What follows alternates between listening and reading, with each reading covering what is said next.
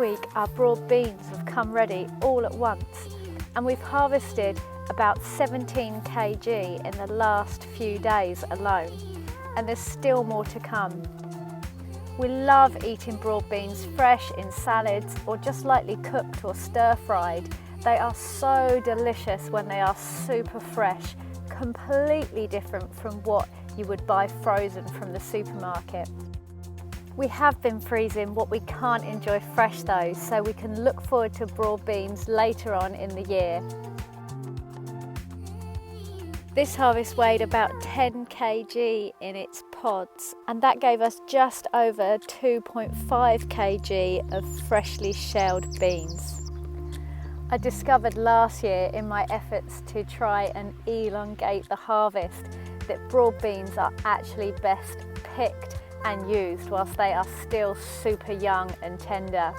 I did let some dry on the vine last year to have as our seed for this year, and also to have as dried beans to store. But in all honesty, I've still got all of those beans in jars and we haven't used the dried ones yet. So this year we are enjoying them super fresh.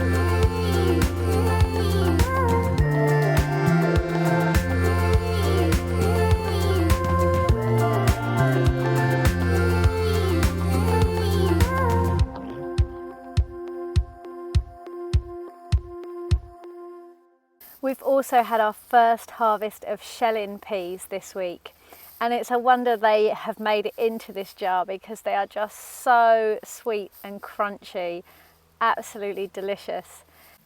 I know my jar size looks a little over ambitious right now, but this jar is for the freezer and there are plenty more to come.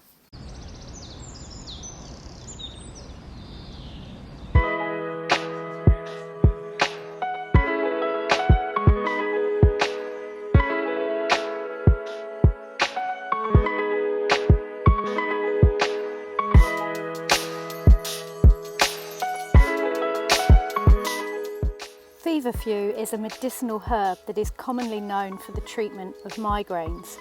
It also has a gentle sedative effect, aiding relaxation and easing pain. Its anti-inflammatory properties also make it useful for cramping menstrual pain and swollen painful joints. Its bitter properties have a stimulant effect on the liver and are good for digestion and improving the appetite.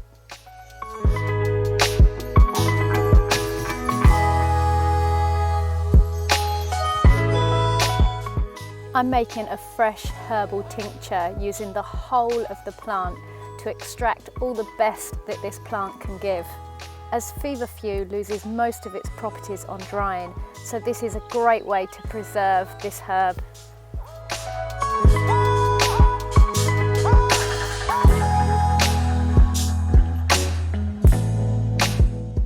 If you'd like to see this process in more detail, then check out the video I previously made about making your own plant medicines.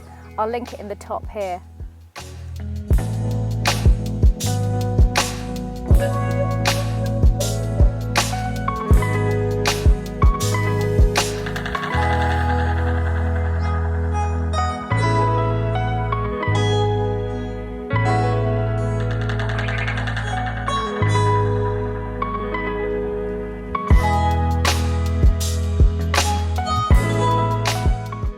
I'm also harvesting German chamomile to dry for tea.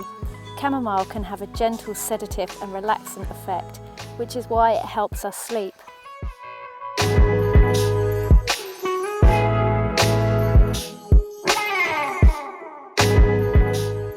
It is also good for the digestive tract and is an anti-allergenic and an anti-inflammatory, and it's gentle enough to use for babies and children.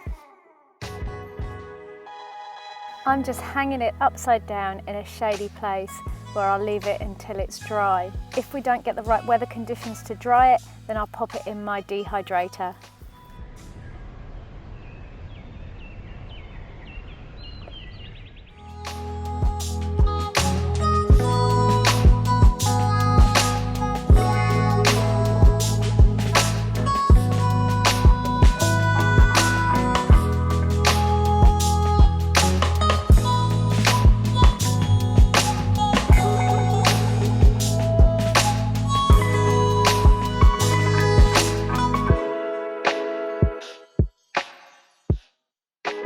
So I've just spent a bit of time this morning harvesting and processing some beautiful medicinal herbs. And early in the morning is actually a really good time to harvest things like that, because I think it said that the essential oils in the plant are stronger first thing in the morning and last thing at night, like before the sun has gotten on the plants, I think it is. So yeah, I was actually going to do that yesterday. But I got a little bit overwhelmed by seeing all the weeds and some of the things that needed doing. So I actually just had a day of just doing some tidying up, and it's worked out really well because, yeah, I ended up harvesting nice and early this morning, so that was perfect. Anyway, a few of you have been asking for an update on our Yacon beds, and in my vegetable beds tour video last week I managed to completely bypass this area, so I thought I would take the time today to give you a little tour of the Yacon beds and show you how they are coming along for the season. Okay, so this area here behind where we grow our sweet potatoes is our main Yacon bed area, and this is where we have been growing Yacon for about 4 years now. And the soil here is amazing. We're on a solid clay base here, but this bed in particular has had so many layers of compost and then mainly wood chip on top of that.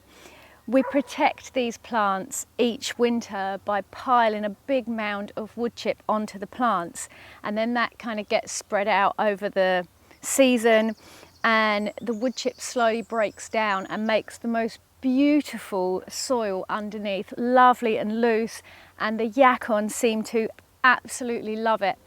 So this is a no-dig bed, and we replant these Yacon as we harvest. So whenever we pull a plant out, we just divide the rhizomes off and then we put a big chunk back in the soil.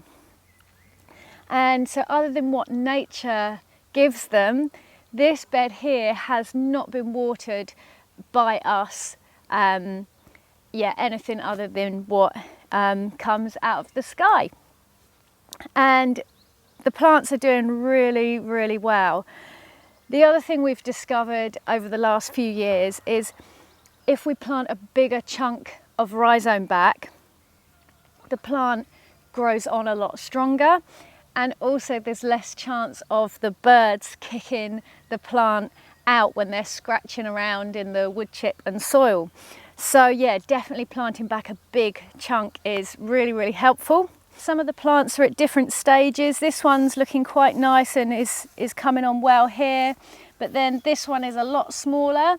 There's a really big plant over here, and I think the bigger plants are actually the ones that we never even got around to harvesting last year. This is something that I noticed last year as well. There was a few plants over this side that we didn't harvest, and they grew on really big and strong, much further ahead of the other plants that had been replanted.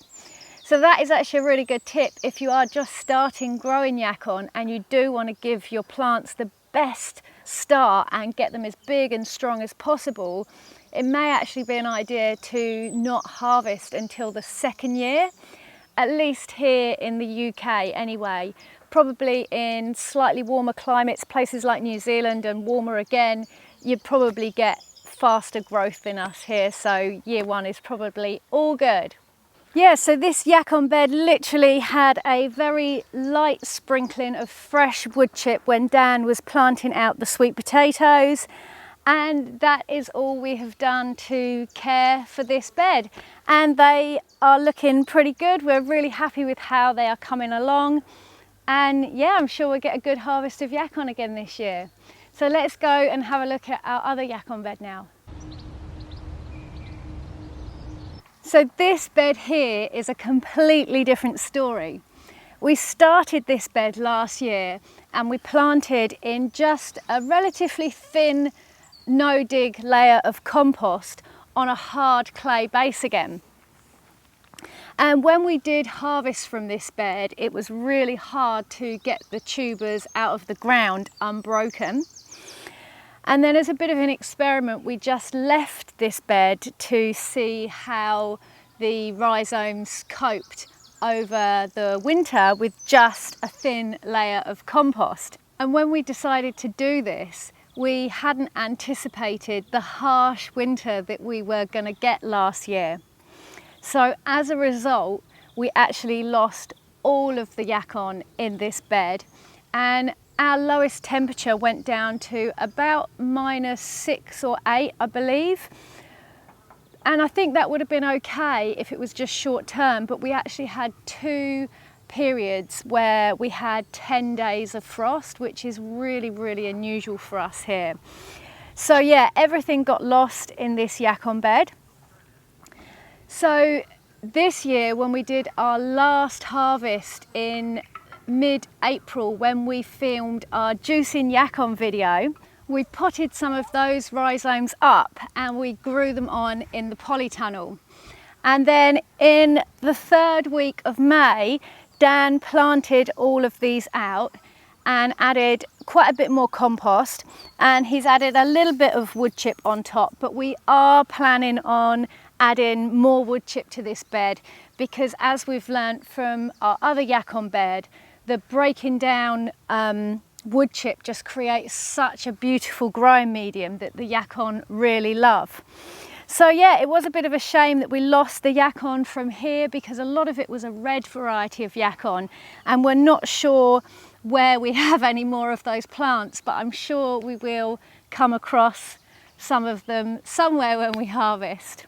And this bed has been watered probably 3 or 4 times to help get these plants established. So I hope you've enjoyed seeing how our Yacon beds are coming along right now in June, and also seeing our seasonal harvest of veggies and medicinal herbs. If you've enjoyed this video, as always, please give it a thumbs up by clicking the button just below. Also drop us any comments or questions that you have. We always love hearing from you. Make sure that you are subscribed to our channel because this really helps us as well. And also a massive thank you to our Patreons for your continued support with what we do here. Hope you've enjoyed the video. Peace and plants.